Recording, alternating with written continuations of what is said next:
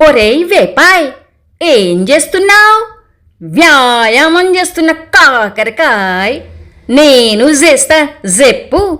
ఇన్నుకోవాయ్. 1 kilo కాకరకాయలను చిన్న ముక్కలుగా కొయ్యి.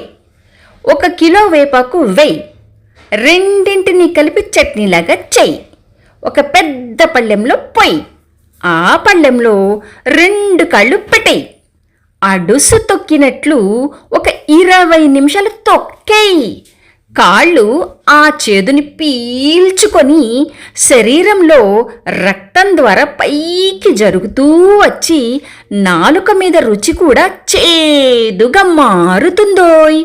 ఒక 3-4 రోజులు ఇలాగే చేస్తే రక్తశుద్ధి, చక్కెర వ్యాధి, రక్తపోటు, కిడ్నీ ఇన్ఫెక్షన్ తగ్గుతుందోయ్.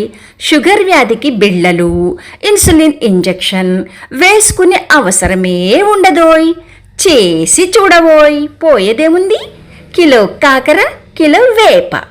కాళ్లకు మంచి కుస్తీ దోస్తీ కుదిరిందిగా. ఫలితం నెమ్మదిగా తెలుస్తుందోయ్.